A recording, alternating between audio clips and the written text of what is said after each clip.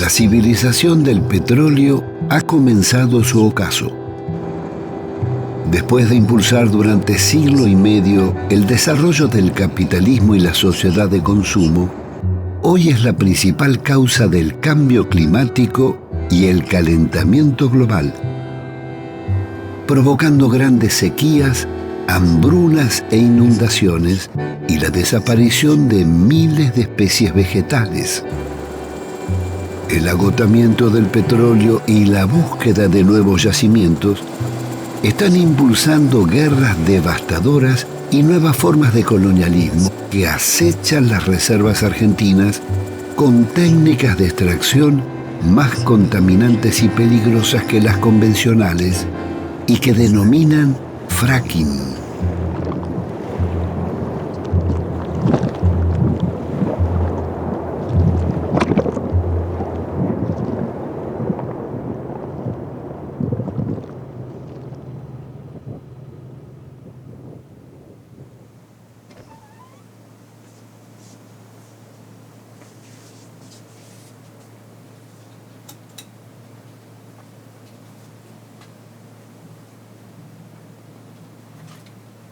Esta es la historia de un gran fracaso y de la mayor crisis energética argentina desde décadas, consecuencia de la pérdida del autoabastecimiento de gas y petróleo y de los errores y complicidades cometidos desde las privatizaciones de Menem a los Kirchner.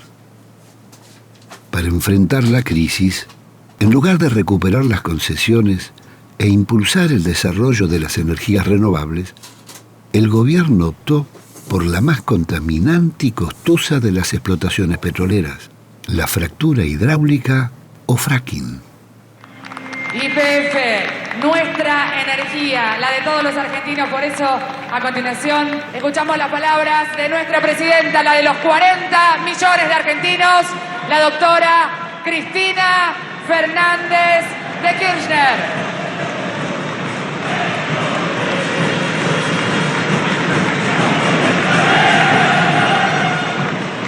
Esta fuerte inversión que está haciendo nuestra YPF, estamos explorando gas no convencional, combustible no convencional,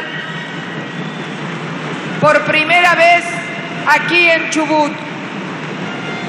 Tenemos la tercera reserva de gas no convencional, pero yo estoy segura, además, queremos ir por todo, por el convencional y por el no convencional, con toda la fuerza.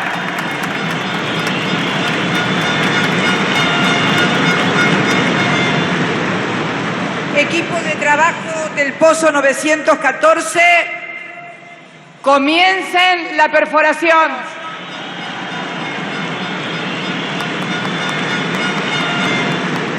Los anuncios de Cristina nos dejaron perplejos. ¿Cómo podía elegir el método del fracking, habiendo en el país cuencas de hidrocarburos que todavía no han sido debidamente exploradas? Se llama fracking y es una técnica que está revolucionando la explotación de gas natural en Estados Unidos. Permite explotar yacimientos hasta ahora inaccesibles. El problema es que la técnica contamina los acuíferos cercanos. Básicamente consiste en taladrar en la superficie terrestre un agujero de 4.000 metros, luego en horizontal hacer otro tanto y eso volarlo con explosivos. Una vez se ha hecho eso, se mete a 5.000 atmósferas de presión, una presión tremenda, una mezcla de agua, arena y un cóctel de 600 productos químicos altamente tóxicos. Eso hace aflorar el gas natural que está en pequeñas burbujas metido en el esquisto, en el mineral de pizarra y que no podría ser extraído de otra forma. El metano, ese gas natural, se ha filtrado a través de las grietas, de las fallas artificiales, hasta los acuíferos de los que se alimentan los pozos, los embalses, los lagos, los ríos. Pero...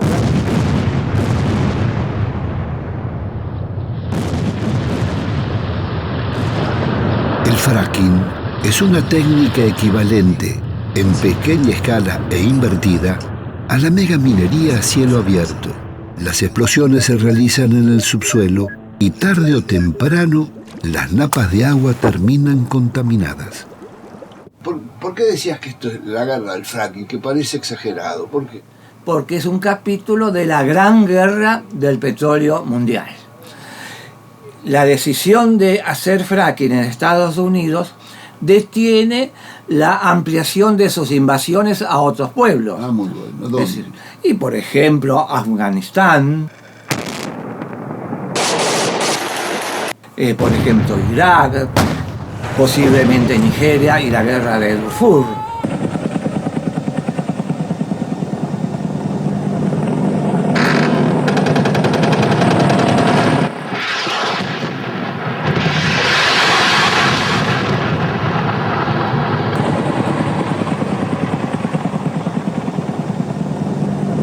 Y ahora viene el fracking como un capítulo no bélico de esta guerra.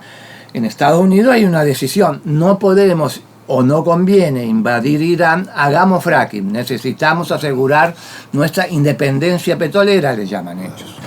Tenemos que recordar que en la matriz de consumo energética mundial, más del 80% es el petróleo, gas y carbón, y más de la mitad es el petróleo.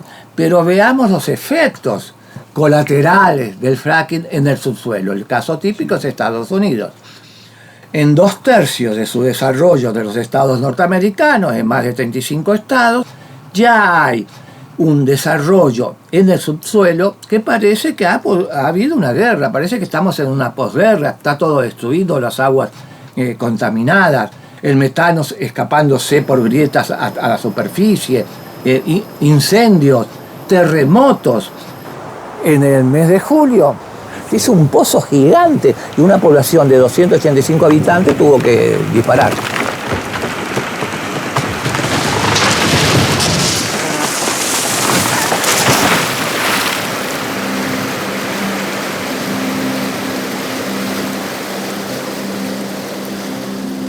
El fracking ha sido prohibido en Francia y otros países europeos. En Estados Unidos está produciendo uno de los mayores desastres ambientales de su historia. Cientos de artistas, intelectuales y científicos se están pronunciando contra él.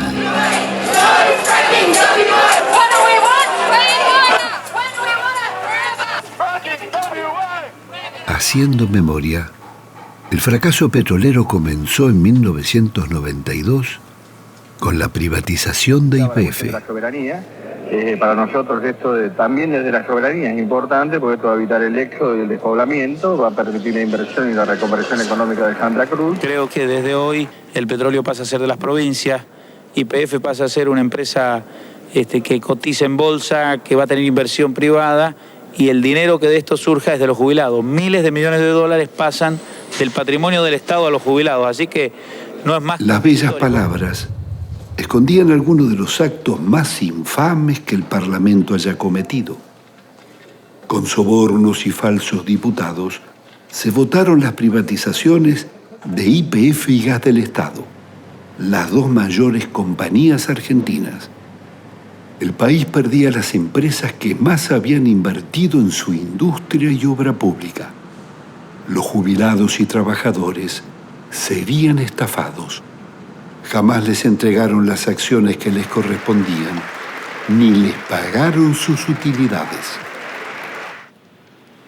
Yo me atrevería a calificar este día como un día histórico. La privatización terminó en un fracaso. Las empresas vaciaron las reservas acumuladas por YPF, llevándose más de 30 años de gas y 5.000 millones de barriles de crudo. Un monto que hubiera bastado para acabar con la pobreza y convertir la Argentina en un país avanzado. Ningún gobierno le exigió a las petroleras reponer lo que extraían ni cumplir con las inversiones prometidas.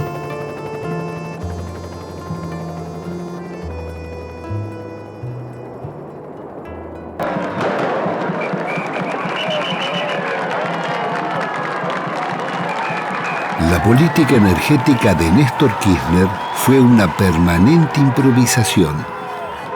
Con un crecimiento anual del 7 al 8%, su gobierno hizo muy poco para reponer energía y prever la creciente demanda. Todos los veranos se sufrieron grandes apagones y cortes de luz y restricciones para el comercio y la industria.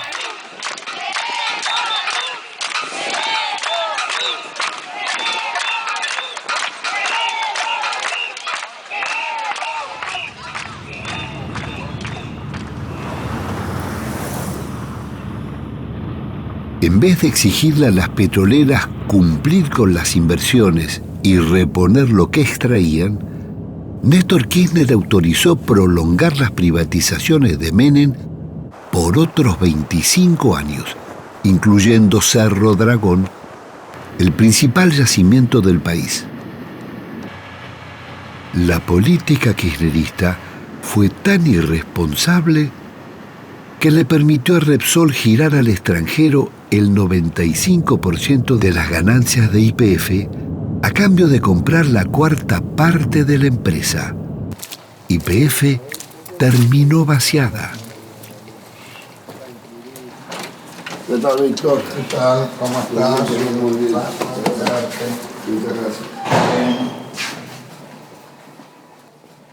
Yo digo que muy pocas veces he visto un desgobierno tan grande en materia de energía como el que estamos sufriendo en este momento en la República Argentina, porque no hay planificación, por lo menos no hay una planificación orgánica que tenga como objetivo plasmar en obras. Acá lo que nosotros estamos haciendo es ir detrás de las cosas, es decir, se está conduciendo de una manera espasmódica el sector energético, están haciendo obras, digamos, casi, yo diría, cuando no hay otra alternativa, pero para hacer una obra energética, si mientras yo exploro y produzco, pueden pasar 5 o 8 años, mientras yo pongo la primera piedra para hacer una central hidroeléctrica, pueden pasar también 7 años o 8 años, y lo mismo para una central nuclear. Me queda entonces como recurso lo más rápido, que son las centrales térmicas, que me están consumiendo gas o me están consumiendo gasoil que tenemos que importar. Y esa es otra barbaridad de la falta de planificación. ¿Quién es el responsable? Y bueno, el responsable para mí es el ministro de Planeamiento. Devido, que es el que maneja de alguna manera el sector energético. Julio Devido llegó desde Santa Cruz al Gabinete Nacional, como Ricardo Jaime, de la mano de Néstor Kirchner.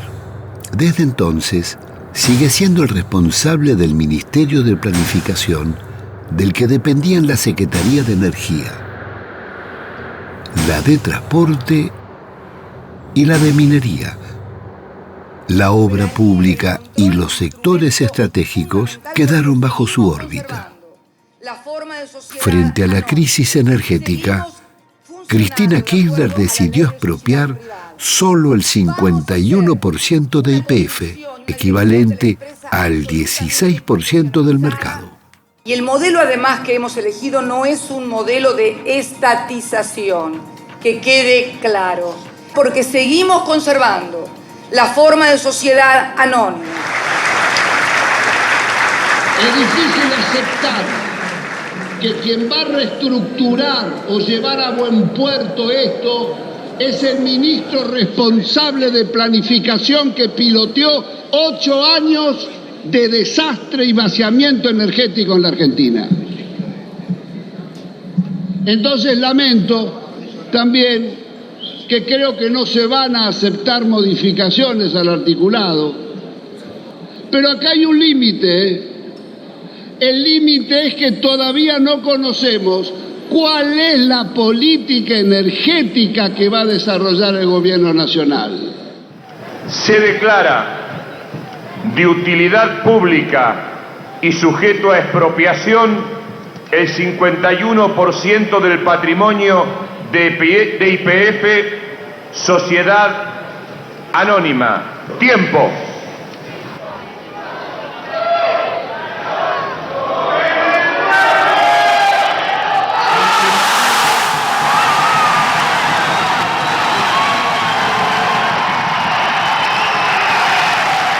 207 diputados votaron a favor de este proyecto que recupera para el Estado Nacional el 51% de las acciones de Con el apoyo de más de 80 diputados de la oposición, se votó en general la ley de expropiación parcial de YPF sin que el bloque oficialista concediera discutir ni una coma de las numerosas enmiendas presentadas.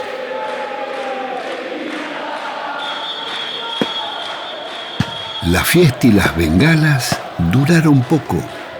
La producción de YPF continuó bajando.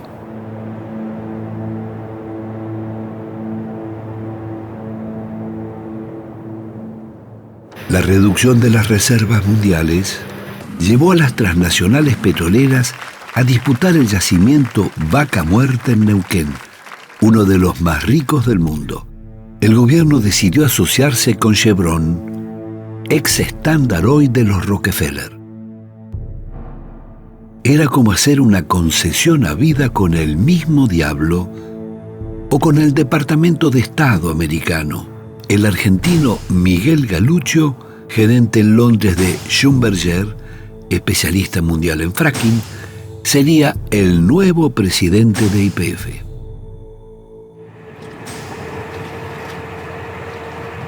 Otra vez, descapitalización y neocolonialismo. El gas y el petróleo se irían por el mar en lugar de preservarlo para las generaciones futuras. Pero esto es solo para Chevron, Félix. No, el contrato con Chevron es solo para Chevron, pero el decreto que salió el día anterior, decreto 929, es para todos. Entonces, las empresas multinacionales ya vienen pidiendo, denme los mismos beneficios que les dio a Chevron. ¿Qué ponen de dinero? Promesas de inversión. ¿Solo promesas de inversión? Solo promesas de inversión. Acudimos a los tribunales con Fernanda Reyes y Alejandro Olmos para presentar un recurso de amparo por la inconstitucionalidad del acuerdo. Este contrato, por la importancia que tiene, debió haberlo tratado el Congreso de la Nación. Nadie en la Argentina conoce el contrato entero firmado con Chevron. Ni la legislatura de Neuquén, donde está el yacimiento Vaca Muerta, ha podido obtener el contrato entero, ha leído solo una síntesis. Bueno, estas son las imposturas y barbaridades de tipo institucional a las que nos tiene acostumbrado el oficialismo. Viola la ley de hidrocarburos porque marca 25 años el tope de las concesiones y esto lo fija en 35, pasando por encima de la ley. La asociación con Chevron traía otros agravantes. Estaba bloqueada por la justicia de varios países. Una corte de Estados Unidos falló contra Chevron por contaminación ambiental en la selva amazónica de Ecuador. La compañía está condenada a pagar unos 9.500 millones de dólares por generar contaminación sin control en la Amazonía. Esto es Chevron Texaco, compatriota. En Argentina, a pesar de los fallos del juez y de la Cámara de Apelaciones, dando lugar al embargo de 19.000 millones de dólares solicitado por la justicia ecuatoriana, la Corte Suprema lo revocó, contrariando nuestra tradición jurídica. La gravedad de este fallo es que se privilegia la alianza entre el Estado argentino a través de YPF con una empresa que viola el derecho de los pueblos. Lógicamente que va a avalar la impunidad. Aquí es un problema de impunidad jurídica. Entonces, lo que estamos pidiendo a la Corte Suprema de Justicia que revea esta situación. Y yo, en el día de mañana, voy a viajar a Venecia para avanzar sobre la constitución del Tribunal Penal Internacional sobre los crímenes de lesa humanidad en el ambiente. Un gran viaje y portate bien. Bueno, me voy.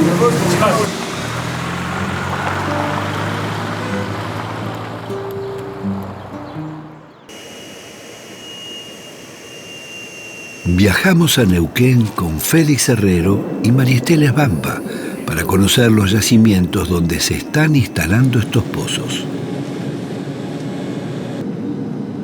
Queríamos conversar con técnicos y pobladores sobre los riesgos ambientales.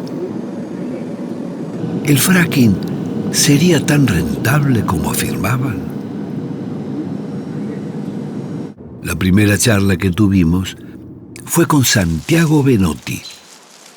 Se sabe que el recurso está ahí y es grande. Digamos, puede ser que en este momento con los parámetros que hay, los geofísicos, geólogos, ingenieros, especialistas en análisis de proyectos, en general te van a decir que este negocio no cierra, pero no cierra con los parámetros de hoy y con los que nosotros conocemos. Nosotros no sabemos los acuerdos que se están haciendo, los beneficios, los subsidios, los acueductos, la provisión de agua, la de arena, no sabemos, pero sí ellos se están posicionando territorialmente. Nosotros estamos perdiendo, digamos, la oportunidad de hacerlo nosotros. Digamos, no es lo mismo los precios de las empresas que los costos propios. Esa es la diferencia. La pregunta es, ¿por qué estas empresas pueden imponer una nueva técnica de explotación de fracking siendo tan dañina? Clinton dijo que era prioritario la seguridad energética, porque es riqueza y es poder. Entonces ellos se posicionan, digamos, y les sale caro, pero, no importa, pero el se Estado posiciona. paga. Claro. Y bueno, muy bien. Hay subvenciones ocultas. Si yo proveo el agua absolutamente gratis de parte del Estado y a las empresas no les cuesta nada, hay un subsidio. Si yo creo sistemas de precios diferenciados, donde suben los precios del crudo y del gas natural, estoy favoreciendo a las empresas. Si yo para la exportación elimino... Félix tenía razón. El fracking nacía subsidiado. Al firmarse el preacuerdo con Chevron, el gobierno aumentó en $30 el precio del barril de petróleo. Lo llevó de 45 a 75 y triplicó el precio del gas. De los bolsillos del pueblo argentino iban a salir más de $10.000 millones anuales para financiar a las petroleras, aumentar la inflación y el costo de la vida cotidiana.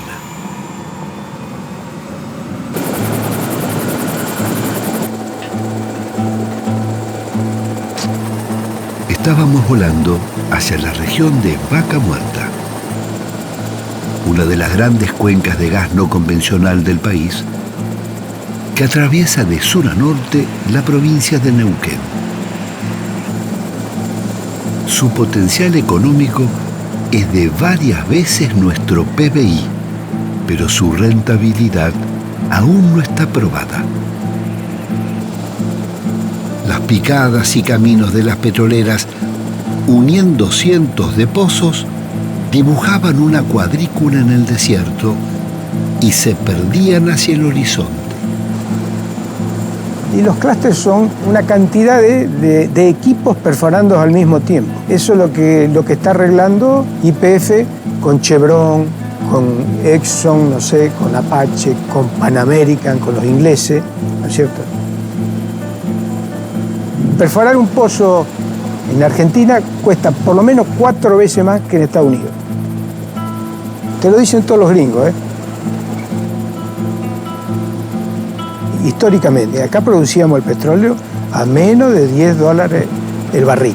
Con los no convencionales vamos seguro al precio internacional, 98, 100 o lo que sea, digamos.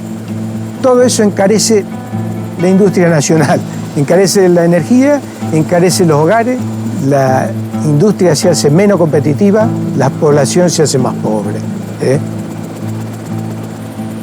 La formación Vaca Muerta es una cantidad de roca, un espesor de roca que se ha formado en un ambiente marino. Y eso con la temperatura y la presión de la sobrecarga de los otros sedimentos que se depositaron arriba una vez que se retiró el mar, eso produce una temperatura y una presión que genera el petróleo, digamos. Llegamos a la zona de Altos de Agrelo, al norte del yacimiento Loma La Lata, para visitar el campamento de la empresa provincial neuquina, que está perforando su primer pozo con fracking.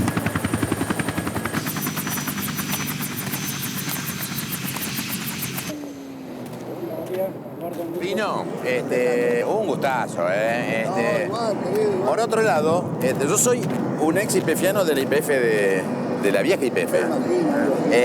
Y estoy jubilado pero no retirado. Con 20 años de campo, me pasé en el campo. La nueva quimera del oro negro es empujada por las contratistas americanas de servicios como Halliburton y un ejército de contratistas locales, empresas de transportes e insumos. El jefe del destacamento nos recibió amablemente con mate y tortas fritas y un informe técnico sobre la formación Vaca Muerta. Bueno, estos son muestras de la formación Vaca Muerta. La famosa Vaca Muerta. Este es un shell de vaca muerta. Claro, esa es una muestra de Vaca Muerta que... Antes de pasar al equipo, pregunten. Por lo menos decime tu opinión sobre la rentabilidad de la explotación de los no convencionales. No tenemos claro cuánto es el subsidio que tienen en Estados Unidos las empresas para producir el no convencional, porque si allá está en discusión la rentabilidad, ¿viste? Y nosotros tenemos costos aún superiores, ¿cómo hacemos para cerrar este negocio? Pues está muy bien la pregunta, está perfecto. La respuesta la podemos referir o referenciar a allá, a Estados Unidos, o a acá. En Estados Unidos les ha pasado de todo. Y yo te digo, hidrocarburos, petróleo y gas, en Argentina está en evaluación aún. No, seguro. Esto está en evaluación todavía. Eso no está bien determinado. En Estados Unidos sí, ya tienen 15 a 20 años. Sí, totalmente. ¿Por cuánto tiempo se van a contaminar esas mantos de agua? ¿Cuál es el tiempo?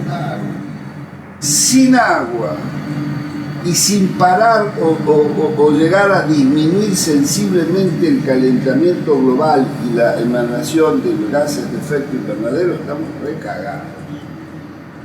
Pensando en las generaciones futuras. Nosotros estamos más allá que acá, estamos más del otro lado, lo que va a venir. Las petroleras y mineras operan sin seguros ambientales. Las leyes del ambiente son letra muerta por la complicidad de las provincias con las empresas. Estamos ante estragos y delitos ambientales mientras se impone la ley del negocio. No podemos hacerle caso a aquellos agoreros del subdesarrollo, a los agoreros que pretenden el pesimismo y que pretenden sumirnos en la miseria. Neuquén tiene en las tecnologías no convencionales su futuro y el futuro de sus hijos. Las bellas palabras del gobernador omitía decir que los pozos petroleros, tarde o temprano, tienen pérdidas, roturas o accidentes. El fracking multiplica los riesgos.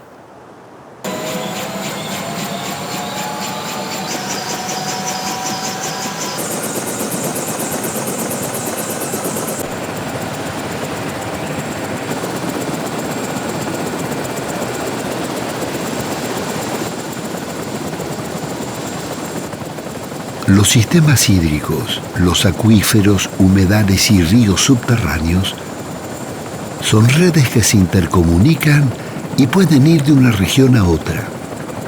Gran parte de las perforaciones de fracking se están haciendo en la región que circunda el lago Marí-Menuco, a 50 kilómetros de la ciudad de Neuquén.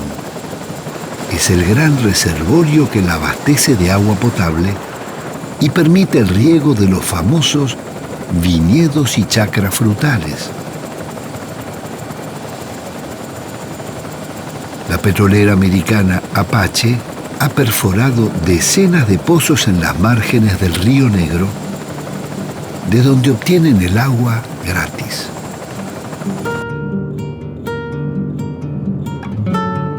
Llegamos a la ciudad de Allen, a 30 kilómetros de Neuquén. Es la capital nacional de la pera y la manzana, con cientos de pequeños fruticultores.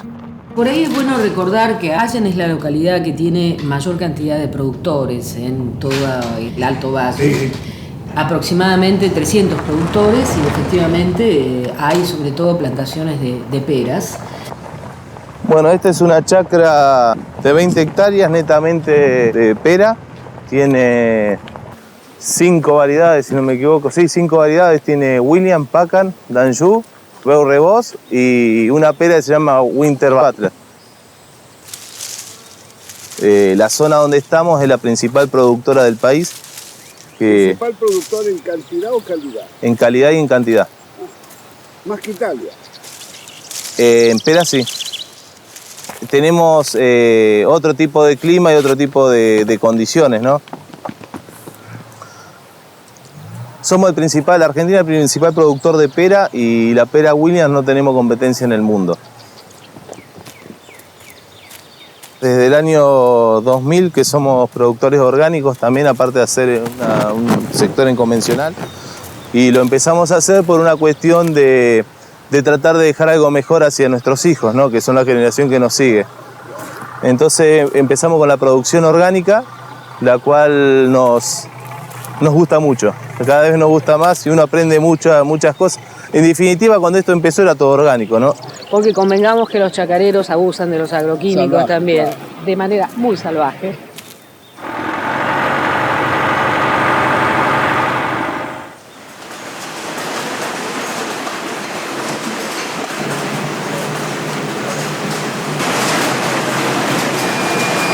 Esto básicamente lo que se está haciendo en una primera categoría, en una segunda, es mercado de Europa y Rusia.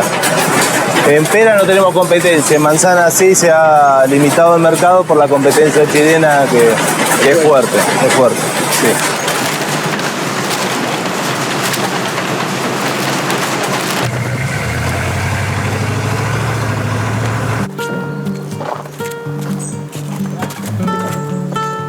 Qué lindo color de Malbón. Sí.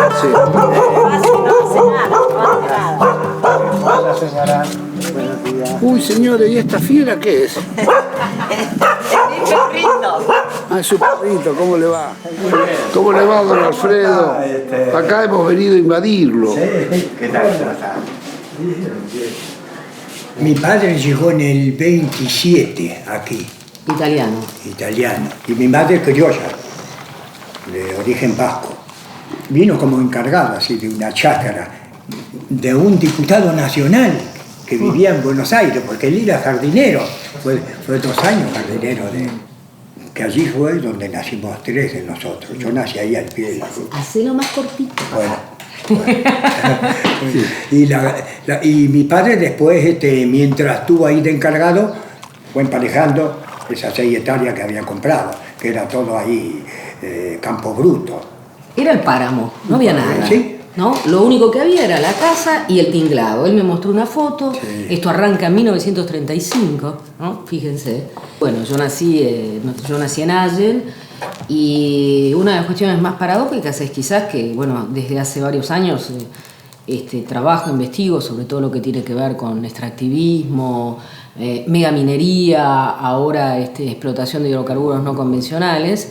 ¿Pero cuándo te fuiste, María? Yo me fui cuando tenía 18 años. ¿A dónde? ¿Estudiar? Me fui a estudiar filosofía a Córdoba y después hice un doctorado en Francia y volví hace unos 20 años ya a radicarme en la Argentina, en Buenos Aires. Nunca me imaginé que estuviera en peligro la continuidad de una economía regional como esta. Sin embargo, efectivamente en los últimos tiempos lo que hemos visto es el avance por un lado de la extracción hidrocarburífera, es decir, más perforaciones en las chacras, por otro lado una extinción muy vertiginosa de pequeños y medianos chacareros, y también se han ido los grandes productores. Toda la zona de la costa del Río Negro sin duda se va a constituir en una zona de sacrificio, y la gente no es consciente de que en realidad estas actividades no son compatibles. La actividad hidrocarburífera no es compatible con la producción de peras y manzanas. Nos llamó la atención a mucha gente que llegó esta flota de 40 camiones y todos estacionaron alrededor del parque industrial, donde compraron ellos lo que era Millacó, que todos comentaban de que era una petrolera desconocida. Minga. Porque, por lo que se veía Apache, porque allí fueron, después de un día y medio que estuvieron ahí estacionados, y yo pasé 3 o 4 veces que saqué fotos, habían 2 camiones que estaban de culata con 2 grúas que estaban bajando las bolsas, pesan 1.500 kilos cada bolsa, que tiene esas 2 orejas. Acá hay otra también. Dice Fracturing Technology. Estos son los mismos camiones que uno después ve en las fotografías cuando lee un artículo de lo que está pasando en Estados Unidos, en Texas. Dice que no se está haciendo fractura hidráulica, nada. Son mentiras. Si ellos mismos me lo dijeron y ahora lo va a ver. Ingeniero, que cada uno está en lo suyo. Pero escúcheme, ¿están fracturando? Sí. El que me dijo hoy, es terrible, señor. Era un joven. Es terrible. Acá se ha hecho, dijo, 5 fracturas. Llegamos a 4.000 metros de profundidad y ahí hacemos tallar los explosivos. Nosotros todos los martes tenemos una asamblea que estamos justamente por el medio ambiente luchando. Yo tuve trato con Apache hace 1 año y medio. Tenía que arrendarle 1 hectárea y 1/4. Y me pagaban por 2 años 156.000 pesos. Yo tengo una chacra de 7 hectáreas. Ni en 5 años saco esa cantidad de dinero que viene limpio. Lamentablemente, hoy nos están poblando con torres alrededor de las chacras y eso nos está perjudicando. Nosotros tenemos que tener muchas certificaciones, el agua tiene que estar en un estándar potable, muy bueno para lo que es la certificación de Global Back, que es una de las certificaciones que tenemos que tener para irnos al exterior. La fruta para el mercado interno no hay problema, te la compran, pero la consumimos nosotros. Y si esa manzana no sale al exterior es porque algo tiene. Entonces nos estamos envenenando nosotros mismos consumiendo la fruta del mercado interior. El tema principal en esto es que, bueno, los ofrecimientos de las petroleras en comprar hectáreas y eso va reduciendo mucho la zona productiva. Ahora mismo vamos a llegar a otro pozo que ya está perforado, ya está todo hecho, ya las cañerías ya pasan por acá, por la calle. ¿Cuántos son los equipos que están perforando ahora? Alrededor de 8 son los que he visto nuevos. La verdad que uno no puede estar produciendo y haciendo fruta de buena calidad, ya con lo que nos cuesta y con los problemas que tenemos de rentabilidad, tener también este problema de contaminación. Hoy los productores, la mayoría está comprando agua en envase porque no puede consumir el agua como antes lo hacían nuestros abuelos y bueno, nos preocupa.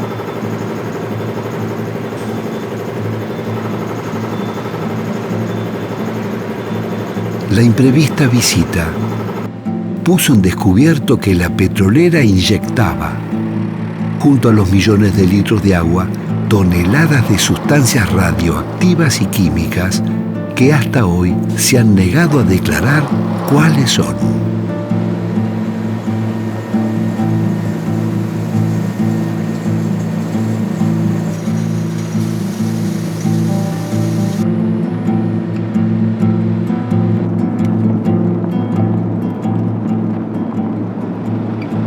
Después nos trasladamos hacia los grandes piletones donde están depositando el agua y los desechos envenenados.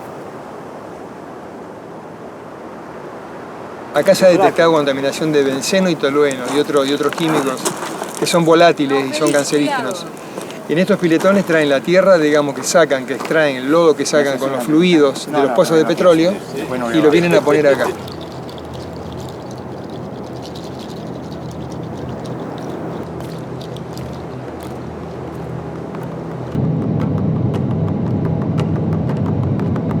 Continuamos viaje hacia la comunidad mapuche de Jelaicó. En sus tierras, la petrolera Apache ha instalado el pozo anticlinal, el primero de fracking del país.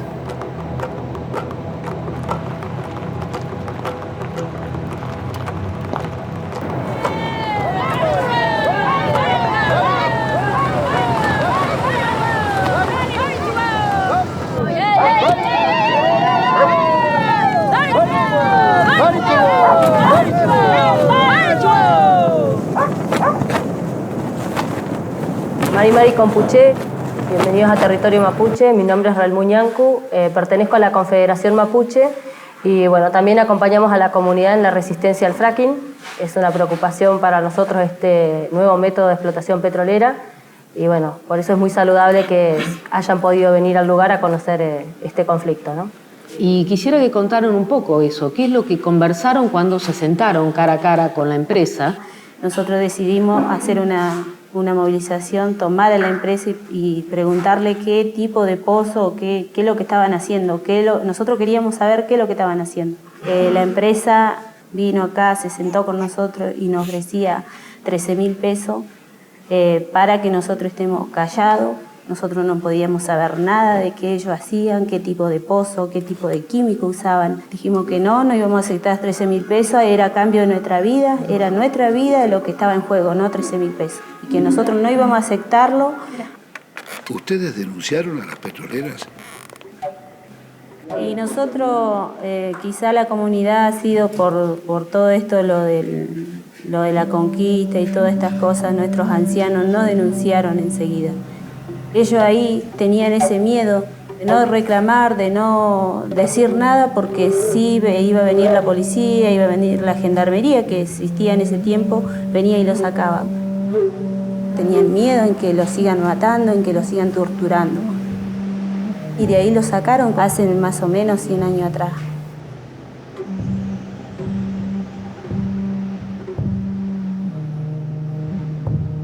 Cristina, ¿y en este tiempo desde cuándo empezaron a movilizarse? La comunidad en la época de Repsol sí hizo una acción, tuvimos una movilización bastante grande porque todo lo que era el hidrocarburo lo dejaban todo abierto, lo tiraban, hacían laguna y ahí se nos morían nuestros animales. Nos criamos así, con la contaminación encima, con las lagunas estas de petróleo, que nosotros mismos como chicos íbamos, jugábamos adentro ahí. Hoy la comunidad tiene el agua contaminada con arsénico, y no podemos tomar el agua, no podemos usarla. Bueno, este es el agua que vamos a llevar a analizar a la Universidad del Comahue, a Neuquén. Parece aceite, pero bueno, es el agua que está tomando la comunidad.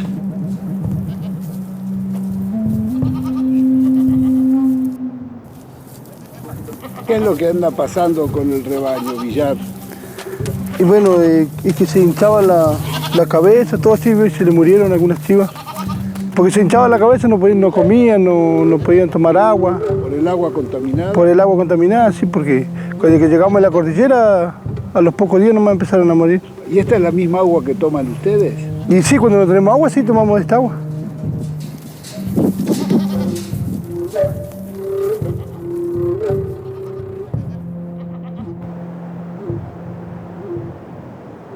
Incluso el gobierno provincial tiene sus propios negociados con la contaminación, porque la contaminación es un negocio para el gobierno provincial, porque los ministros de medio ambiente, de hidrocarburos, tienen sus propias empresas privadas para, una vez que se detecta la contaminación, los derrames, esas empresas son las que vienen supuestamente a sanear. Entonces la contaminación es un negocio para el gobierno provincial y es la empresa de Guillermo Coco. Claro, es la empresa de Guillermo Coco la que va a sanear. Y nosotros Guillermo Coco es el ministro de Energía, de Ambiente y Servicios Públicos de Neuquén, dueño de varias empresas ligadas a la explotación de hidrocarburos. El saneamiento sea como corresponde, porque si ahora vamos a recorrer el campo, vamos a ver cuál es el saneamiento que propone la provincia. Vamos a ir con una pala y vamos a ver que está el petróleo ahí tirado.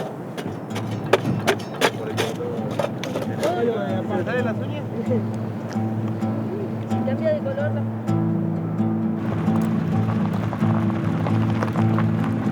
Cuando ellos hacen los pozos, que bueno, a veces regan en los caminos con el agua contaminada, para que nosotros quedemos tranquilos, pero es el agua contaminada.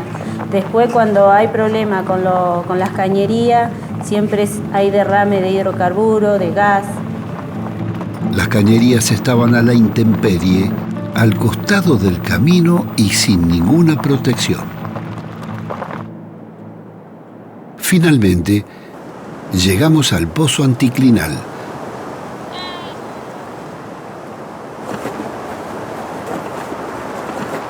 estamos en un peletón que hicieron la empresa Apache, donde depositaron 30 millones de litros de agua.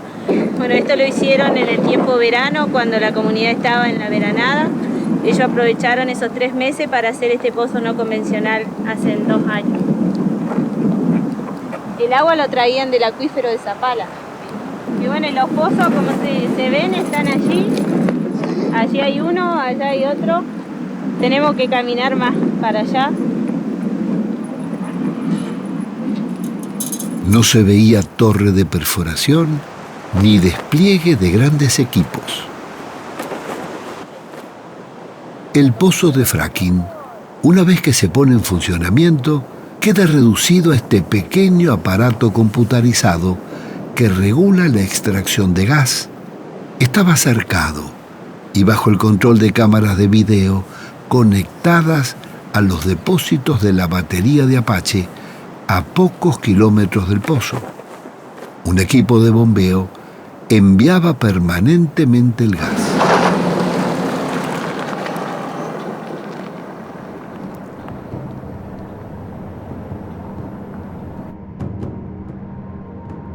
La batería de Apache estaba resguardada por un fuerte dispositivo de seguridad. Parecía un campo de concentración.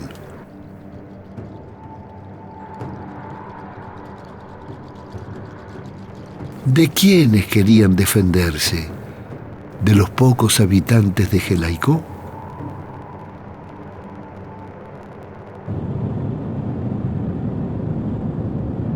Seguimos hacia la casa de Relmú y Martín.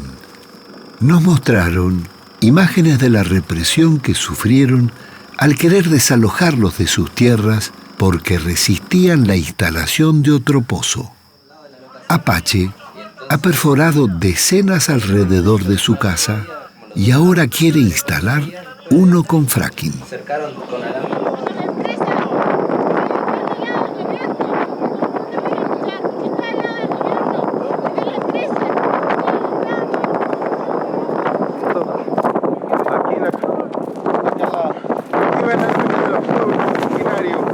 El 28 de diciembre de 2012, nosotros estábamos aquí en nuestra casa, de repente vimos que llegaba gente de la empresa, camiones, una topadora, varias camionetas.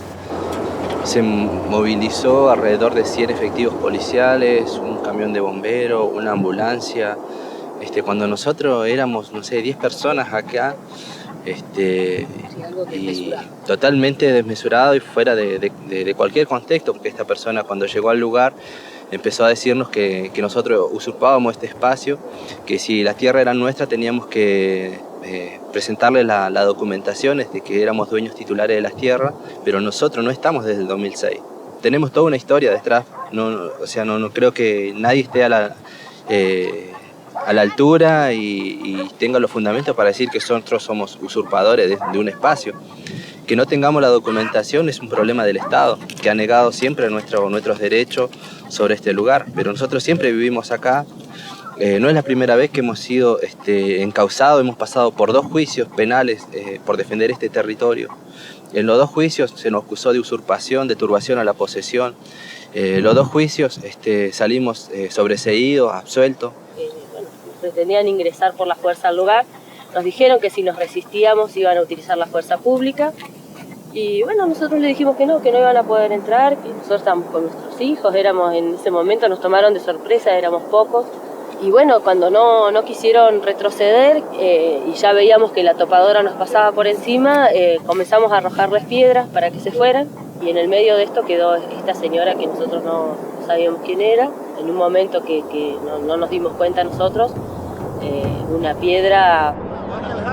Acá todos están desarmados, estamos reclamando un derecho nada más.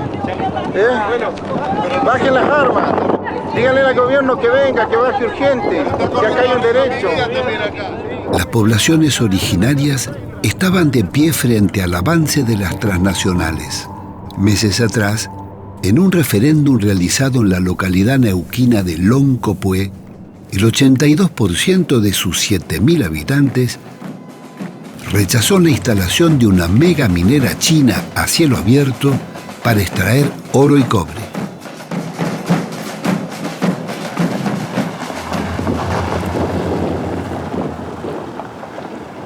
La criminalización de la protesta social fue el tema que conversamos con Jorge Nahuel en la ciudad de Neuquén.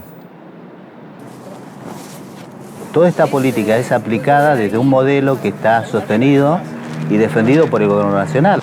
Por lo tanto, la complicidad entre el gobierno nacional y los gobiernos provinciales, como por ejemplo Infran en Formosa, o Gioja en San Juan, o Misiones, Jujuy, Chaco, Neuquén, son políticas absolutamente coordinadas y absolutamente acordadas. Entonces, el abuso de poder que hay contra las comunidades indígenas, contra sus territorios, es producto de una política absolutamente acordada entre nación-provincia. Este programa de explotación desde el fracking, desde la tecnología del fracking, es algo que no se va a detener si no es con mucha movilización popular, ¿no? Y en ese sentido, la respuesta que el Estado ha dado a los cuestionamientos que hacen las comunidades afectadas por esta tecnología ha sido judicializar, ha sido abrirle procesamiento, intentar desalojo violento, intentar condenas, y por eso tenemos abiertas más de 50 causas penales y civiles. Y no es ajeno que se haya votado el año pasado la ley antiterrorista. Claro, la ley antiterrorista, por ejemplo, es toda una amenaza latente, que quizá en algunas regiones no, pero aquí en el sur es una herramienta que va a ser muy útil para detener toda la demanda y toda la movilización que se está generando en contra del fracking.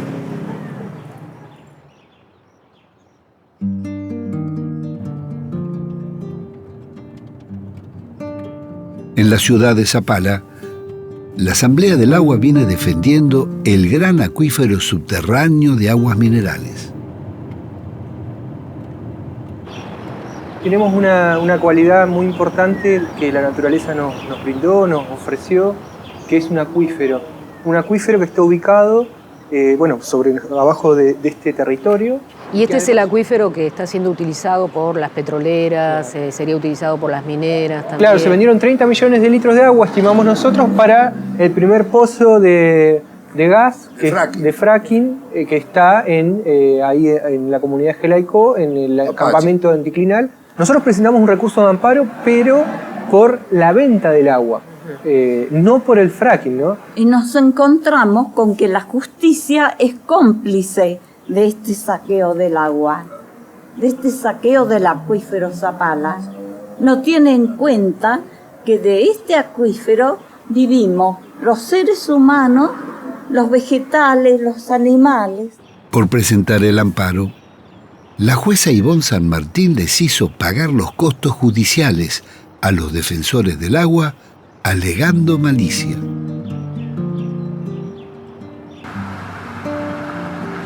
El rechazo al fracking se extendió por toda la región y varias provincias.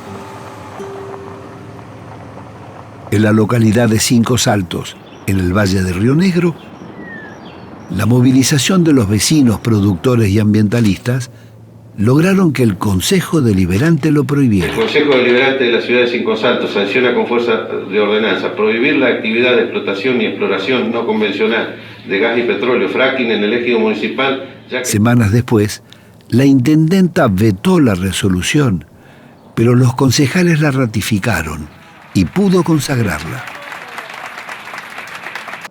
En la ciudad de Allen también fue prohibido. El tema de la contaminación, el tema del agua, por la salud, por el bienestar de nuestros futuros hijos y todo el futuro.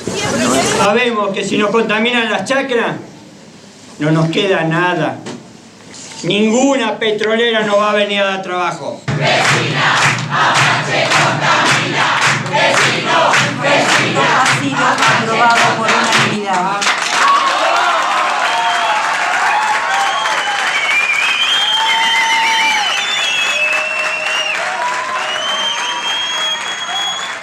Y en la provincia de Entre Ríos, en 12 localidades fue prohibido.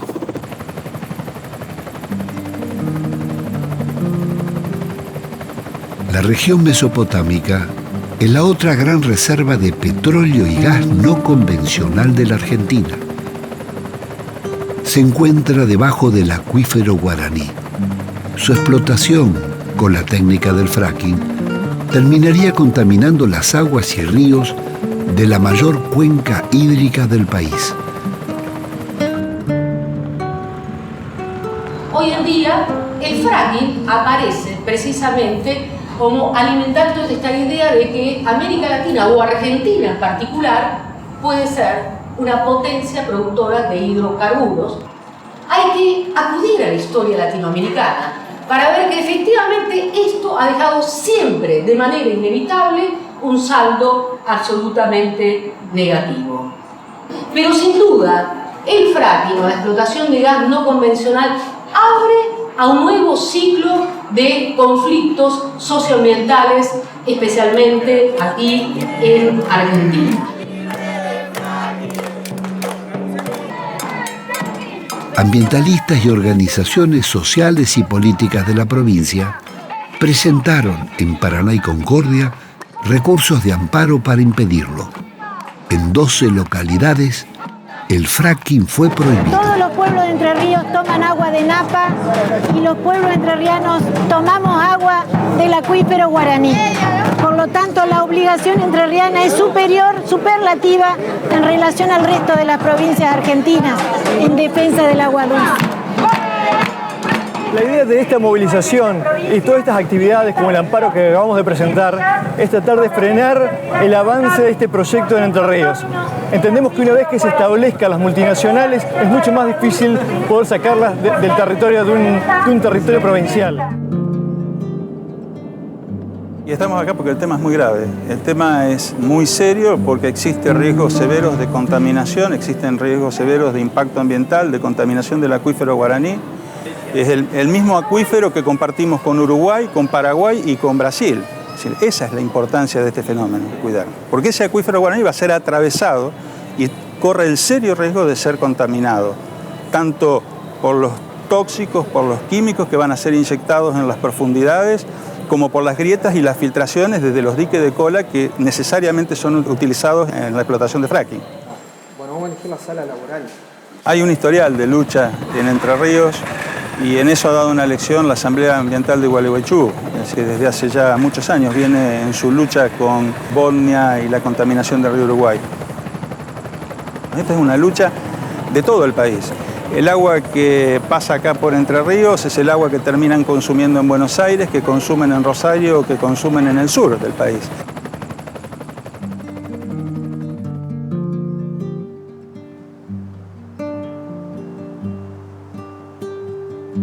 Nuestra geografía está dotada de grandes fuentes de energías renovables, como la hidroeléctrica, la eólica y la solar térmica.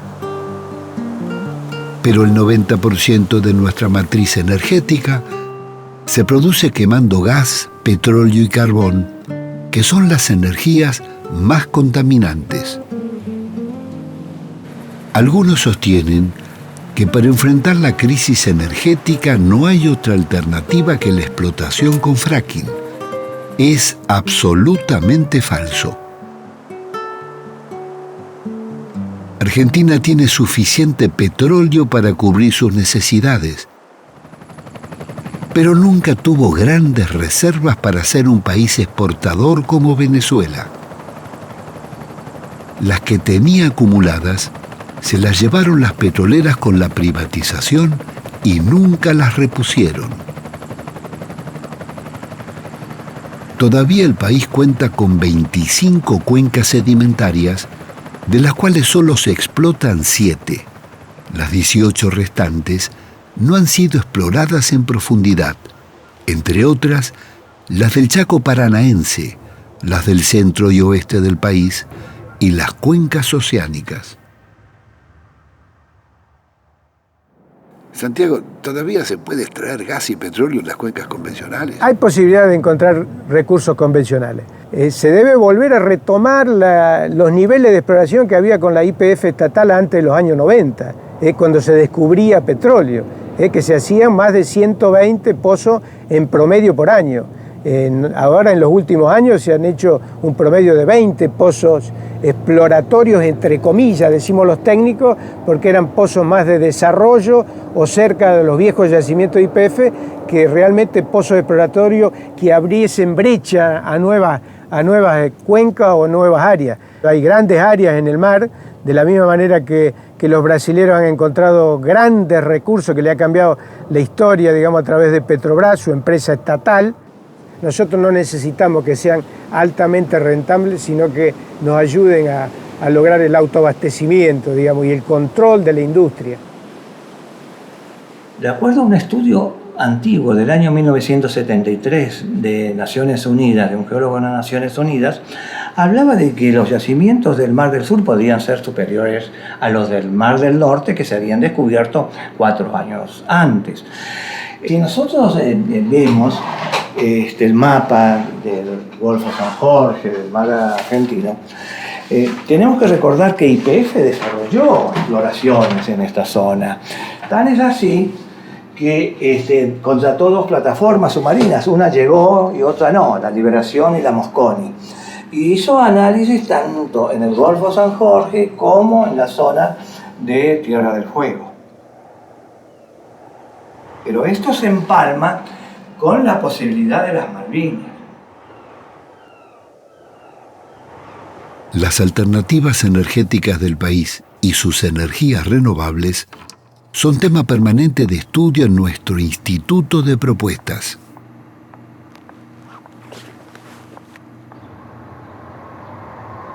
Un pozo construido a través del método de fracking cuesta alrededor de $20 millones. Si ese dinero, el dinero que nos costaría un pozo de fracking, lo empleamos en un parque eólico con aerogeneradores de potencia, con 6 aerogeneradores, que es lo que nos saldría con el mismo dinero de la construcción de un pozo de fracking, la energía al cabo de 6 años a través de la aerogeneración sería 4 veces superior que la que nos entrega el pozo de fracking.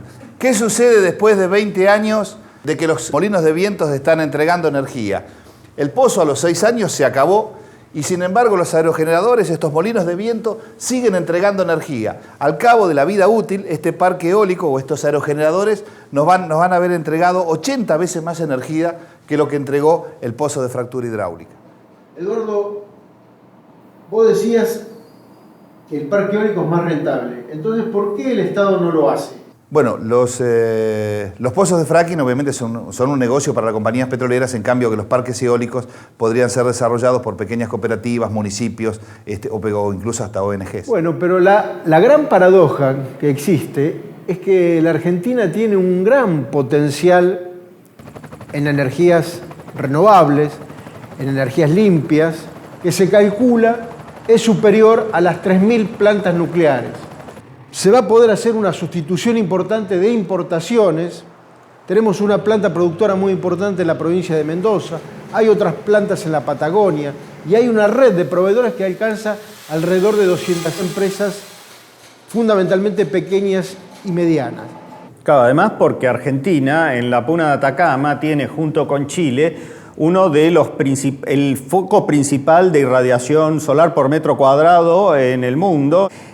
Tiene tal nivel de irradiación solar la Puna de Atacama que prácticamente una planta solar termoeléctrica sería competitiva en términos económicos con respecto a las plantas térmicas que queman combustibles fósiles, ya sea gas o fuel oil. Las plantas de energía solar termoeléctrica funcionan con espejos cilindro parabólicos que concentran la energía solar en un tubo que lleva un aceite que se calienta y eso a su vez genera el calor para convertir agua en vapor y eso activa la usina que genera la electricidad. La gran ventaja de la energía solar termoeléctrica es que el calor sobrante que no se utiliza para generar electricidad durante el día se puede después almacenar en tanques de sales fundidas, que además son muy abundantes en la zona de la Puna de Atacama, o sea que hasta esa ventaja tiene Argentina, y eso permite que cuando no hay luz solar, el calor almacenado se utiliza para volver a calentar el agua, que genera vapor, que activa la turbina que genera electricidad,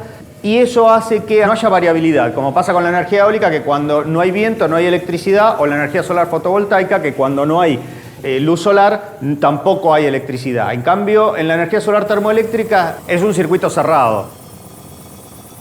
Cuando estábamos montando la película, nos sacudió una noticia dolorosa e inesperada. Cristina Lincopán, la lonco mapuche de la comunidad de Jelaicó, había fallecido de un paro cardíaco como consecuencia del deterioro de su sistema respiratorio. ¿A qué edad muere? Tina muere a los 30 años. Su enfermedad avanzaba en su cuerpo y ella no mostraba eso. Tina lo que tenía era náuseas permanentes.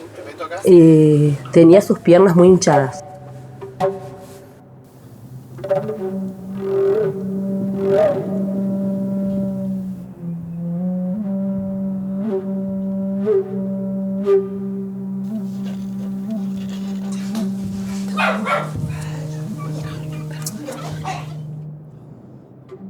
¿Cristina se empezó a sentir mal de golpe o ya venía enferma? Y no, ella no era enferma, ella era una piba sana.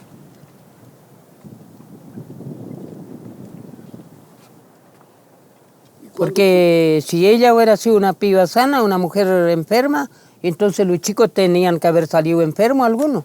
Los chicos son sanos todos, son 4 que hay. Hay un varón y 3 nenas. Y ellos tienen una mente para estudiar todo. Nosotros sabemos de que muchas de las enfermedades que aparecen en las comunidades afectadas por las empresas petroleras son por el venteo de gas, porque como decía la mamá de Cristina, el gas se ventea, aparece en la superficie y eso lo respiramos. Y el gas es algo nocivo para la salud, nadie tiene que estar respirando gas. Entonces, digamos, el primer responsable de esta situación es el Estado. El Estado con su gobierno a la cabeza, que es el gobierno de la provincia del Neuquén, el gobierno del MPN, que hace 50 años que tiene esta política de explotar, de saquear los recursos naturales y que la gente se muera. Claro, por eso uno no tiene ni casa, no tiene nada, ni agua ahora.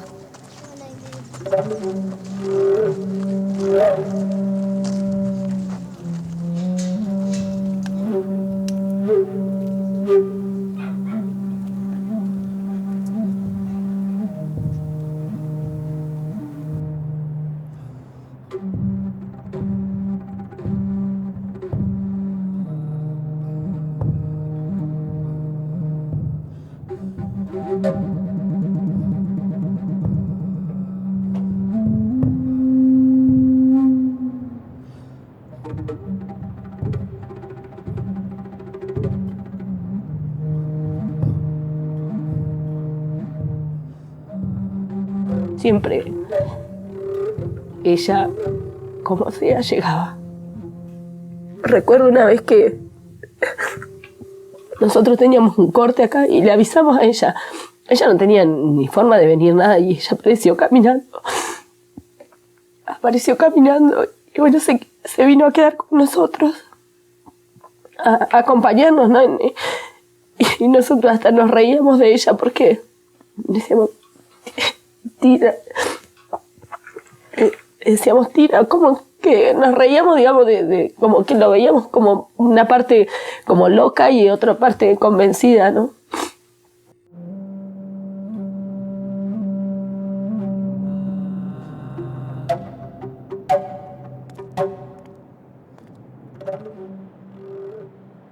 Sabemos que el pueblo mapuche está empobrecido, porque el Estado nos ha quitado toda la posibilidad de administrar, de tener un plan de vida dentro de nuestro territorio. Pero no somos pobres, porque los recursos que hoy el Estado necesita para enriquecerse están dentro de los territorios mapuches o indígenas en el mundo. Si es necesario violar todas las leyes ambientales o crear leyes ambientales que les favorezcan a las petroleras, a las mineras, a todo aquel que venga a saquear el territorio, lo hacen y lo contaminan. Y los que nos llevamos las consecuencias somos nosotros, porque somos nosotros los que vivimos en el territorio. Acá no vive Zapac, no vive Cristina Kirchner, no vive nadie de ellos, somos nosotros los que vivimos acá. Nosotros sabemos que vivimos en territorios ricos, por eso decimos que el pueblo mapuche no es un pueblo pobre, es un pueblo empobrecido. En sus últimos días, Cristina había sido atendida en el hospital de Neuquén. Con conversamos con los médicos de la Asociación de Profesionales. Son pocos consultorios para el volumen de gente que circula. En la entrevista que nosotros le hicimos, se refería a que estaban tomando agua con muchos metales pesados y tenía mucho arsénico. ¿Qué provoca los metales o los hidrocarburos en el organismo? ¿Qué provoca? Obviamente trastornos sobre la reproducción, malformaciones, eso. Sobre la piel, la exposición en la piel. De todo el residuo de metales pesados que estamos hablando no hay remediación posible. Nada. Los metales pesados no se degradan absolutamente ninguna cosa, y en el mismo proceso de mezcla o transporte de barros y todo lo demás, a dónde terminan y por dónde se diseminan de los acuíferos y por qué nivel del acuífero, si es por superficie, eso no lo sabe nadie. Cuando uno se mete dentro de la provincia, hay un pozo al lado del otro. Sí, sobre esto. Esa cosa es. Y no hay ningún control público de nada. El Estado ausente y piedra libre para las corporaciones. Hacen lo que quieran, son los dueños del lugar.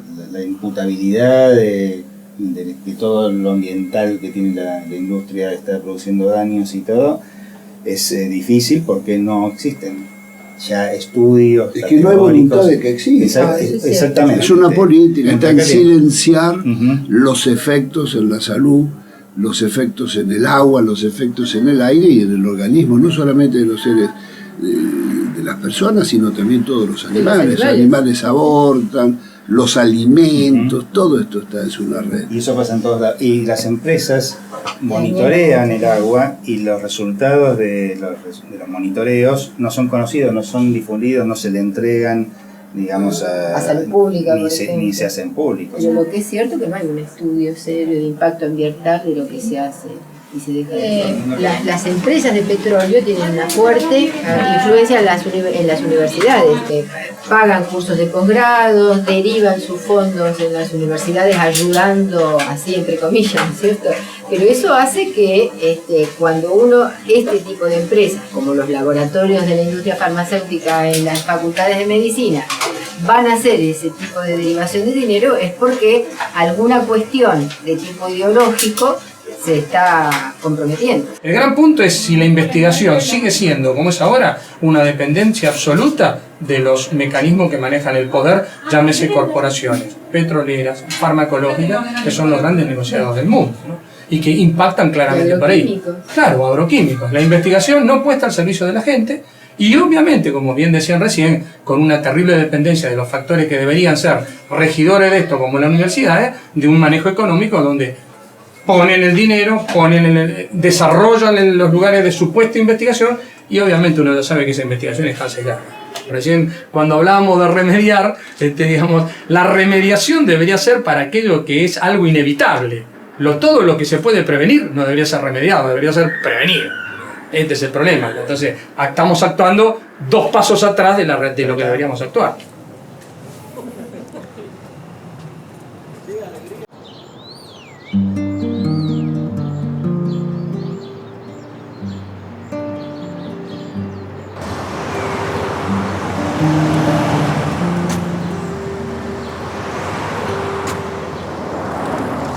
Yo creo que lo que está creciendo en Neuquén es la conciencia de lo ambiental y también la conciencia del derecho de que el pueblo quiere saber de lo que se trata. Sobre todo cuando nosotros tocamos la naturaleza, tenemos que recordar que la naturaleza tiene un orden y de la naturaleza nosotros no somos dueños, sino que somos administradores y que no pertenece todo lo que la naturaleza nos puede dar, los bienes que nos pueden dar, no pertenecen solo a la generación actual, sino a todas las generaciones.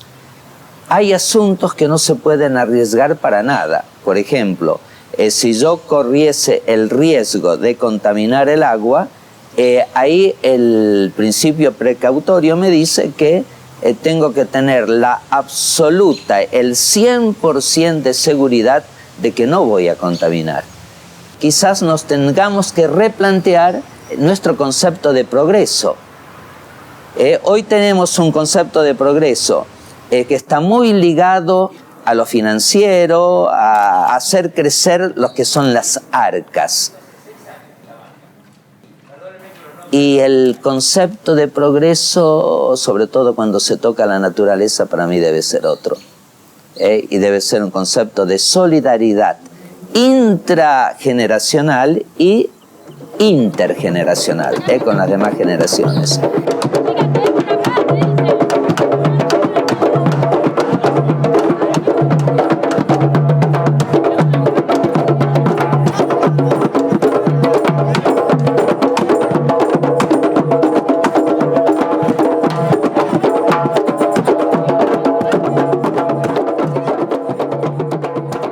El pastor tiene que acompañar a su pueblo en las preocupaciones legítimas que tiene. Y esas preocupaciones legítimas no hay que desoírlas. No hay que subvalorar el pueblo como tal cuando se expresa sobre algo.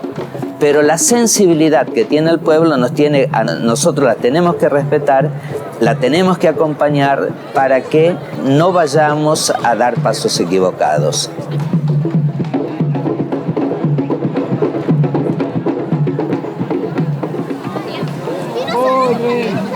¿Qué estás haciendo? Acá estamos, Pino, firmes, manifestándonos, el pueblo mapuche, el pueblo neuquino, para impedir que se firme el acuerdo suicida de las petroleras Chevron, YPF, Neuquén, Zapag, que lo único que va a venir a hacer aquí a la provincia de Neuquén es lo que hizo en Ecuador, contaminación, muerte, y por eso estamos todos aquí hoy impidiéndolo.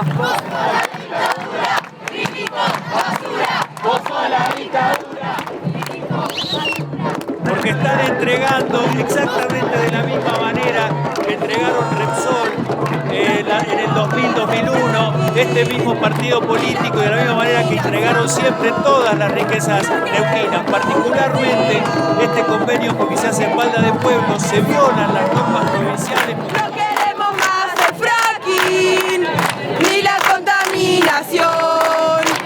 No queremos policías, no queremos represión. Son estudiantes, mujeres, niños, que vienen a reclamarle a esta legislatura que no trate un acuerdo y una entrega vergonzosa.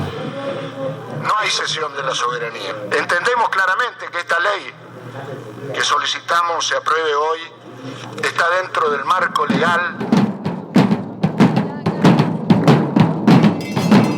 Porque como quieren sesionar tranquilos, entre comillas, porque como van a entregar la conciencia, el futuro, los principios, lo quieren hacer encerrados adentro de ese semejante edificio de gente que no tiene, ya perdió la vergüenza. No falta respeto a nadie. Quiero decir que no soy una criminal porque estoy sentada acá y que yo vine a laburar. Para mí esto es un laburo, señora Presidenta. Yo no tengo ningún título honorífico. Yo tengo que responder ante el pueblo de la provincia de Neuquén.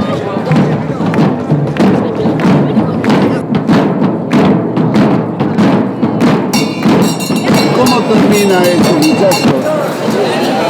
Y yo creo que lo van a terminar aprobando. Acá la represión se va a endurecer y creo que la apropiación, lo hemos visto, Pino, esto hace años que lo venimos diciendo, la apropiación de los recursos naturales es por las buenas o por las malas. ¡Fuera Chevron! ¡Fuera Chevron!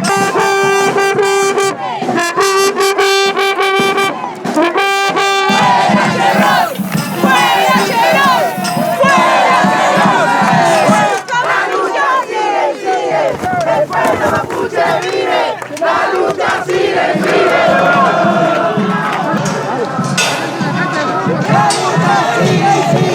Piensen en sus hijos, en sus nietos. Señor, piensen en sus nietos. Bueno, que se retroceda, por favor. ¿Por qué van a tirar? ¿Cómo es tu nombre? ¿Por qué van a tirar? Tírame a mí. No, nadie le va a tirar. Nadie le va a tirar. Bien, vamos a dar inicio entonces a la orden del día.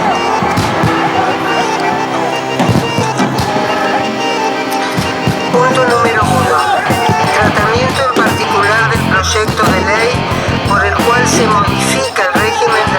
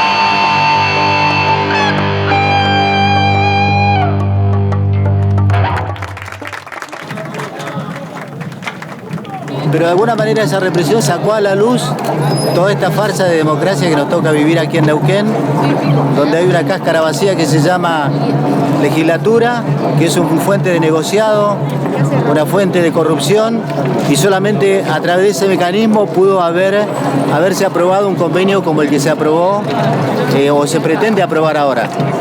Van a tener que llegar a nuestro territorio y ahí lo vamos a estar esperando, porque lo que se quieren apropiar es justamente de nuestros territorios. Yo pienso, y esa es mi idea, que los votos no dan licencia para todo. Los votos dan licencia para gobernar en función del bien común, pero cuando surge algún planteo nuevo que puede estar relacionado en lo que es la forma de buscar el bien común, en una cosa tan grave como esta, yo creo que la licencia social es fundamental. Como digamos, un poco nosotros, un poco ustedes, un poco la gente está protestando, que es lo único que puede poner freno a estas cuestiones, no hay otra cosa.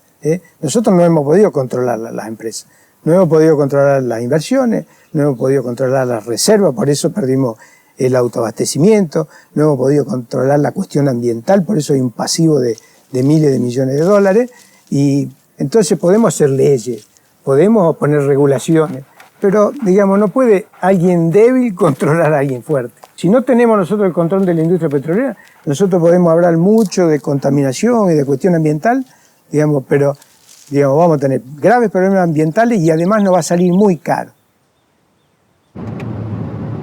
Claro, ir anulando los contratos que han tenido numerosos incumplimientos y explotarlos nosotros, con control de los mismos trabajadores petroleros y con control de organizaciones sociales, intervención de las universidades o centros de investigación, etcétera. Y de la población, claro, la población que es la que está más interesada de que nuestro medio ambiente esté sano, que podamos respirar, que podamos tomar el agua. Ahora cuando vemos que los funcionarios los colocan en YPF desde Londres, que el gobernador sirve a la petrolera que más paga a los locales, y bueno, entonces se pierde el concepto del bien público, se pierde el concepto de que las cosas son para los más humildes y para el pueblo y no para los ricos y las oligarquías. Bueno, eso es lo que estamos viviendo ahora de muchos funcionarios. Le falta el concepto de la ética, que los principios que nosotros proclamamos tanto, que lo público es sagrado, los privados no pueden hacer propiedad de lo público, el concepto de corrupción, el concepto de ética. Nosotros vivimos eso, y lo vivimos intensa y sinceramente, y eso nos enorgullecía, porque era un concepto de la filosofía política que podíamos vivirla y practicarla. Era la política como una práctica en defensa de los bienes comunes, lo que es de todos y para todos. ¿Hasta dónde llegará hoy la fiebre del oro público? ¿Seguirán comprando chacareros empobrecidos para instalar el fracking en sus pueblos, plazas y jardines?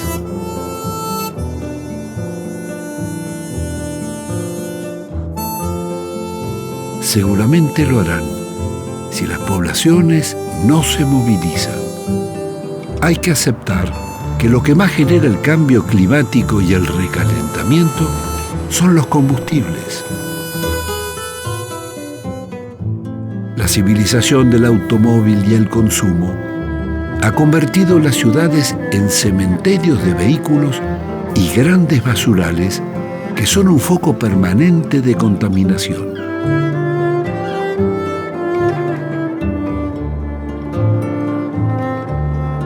Es necesario impulsar un cambio cultural que modifique los hábitos del derroche y preserve el agua y la naturaleza para las generaciones futuras.